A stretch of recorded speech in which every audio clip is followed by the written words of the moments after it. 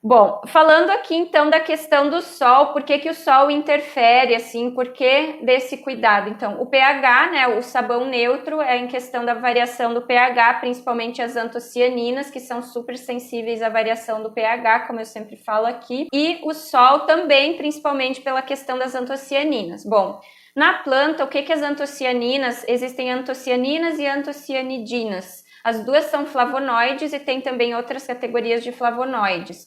Mas essas duas em especial, elas são pigmentos, são responsáveis para atrair insetos para polinização, mas também ajudam na proteção contra raios UV, contra radiação. Então elas são receptores dessa radiação. E sendo receptoras, elas, digamos, queimam, ou seja, são fotossensíveis. Então elas queimam e perdem aquela cor vibrante, tá? O que que acontece aqui na planta? Ela tá o tempo inteiro sintetizando mais e mais moléculas, né? Mais e mais pigmentos, enfim, mais e mais desses compostos para garantir que isso permaneça funcionando na planta, tá? Na peça tingida, não, a gente tem uma quantidade de antocianina que a gente colocou ali.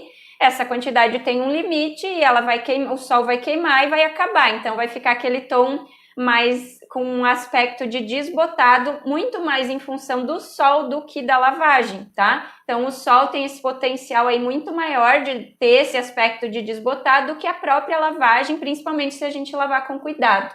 Na lavagem, o que vai acontecer não é desbotar, tá? As peças tingidas dificilmente vão ficar soltando aquela cor na água. O que vai acontecer na questão da lavagem é mudança da cor em função do pH. Como eu falei, essas partículas são bem... as antocianinas e antocianidinas são bem sensíveis ao pH, são solúveis em água, facilmente extraídas da planta, tá? Então, aquelas variações que eu falei, por exemplo, do repolho roxo, que vai ali do verde, azul, roxo, pink, rosa, vermelho, enfim, é um arco-íris só alterando o pH. Então, essas vão ser as que vão sofrer mais com pH na lavagem, ou seja, alterar a cor, e que vão sofrer mais numa secagem no sol a pino, digamos assim, no sol direto. Então, essa é a problemática, por isso essa recomendação de secar à sombra. Mas isso é uma particularidade só do tingimento natural? Nem sempre. O tingimento sintético, muitos dos pigmentos utilizados, não todos, mas muitos dos pigmentos utilizados no tingimento sintético são as mesmas moléculas dos corantes extraídos das plantas, só que foram sintetizados em laboratório. Mas bioquimicamente são a mesma molécula. Então a gente tem exemplos como o corante vermelho da Rubia tintorum, que é aquela planta que é conhecida como ruiva dos tintureiros, ou a raiz de rúbia, foi a primeira que teve o seu corante sintetizado, que é a alizarina, tá? Então é a mesma molécula, só que em vez de a planta ter produzido e você extraído da planta, alguém produziu lá no laboratório, sintetizou ela, tá?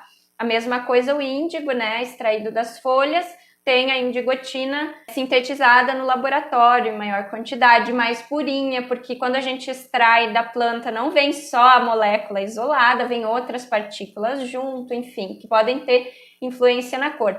Mas quando você coloca uma roupa com tingimento convencional e deixa muito tempo ali no sol direto, também desbota. Então vocês já devem ter observado isso no jeans, em camisetas, ou enfim, em peças de roupa, que não é interessante deixar secar no sol mesmo o tingimento sintético.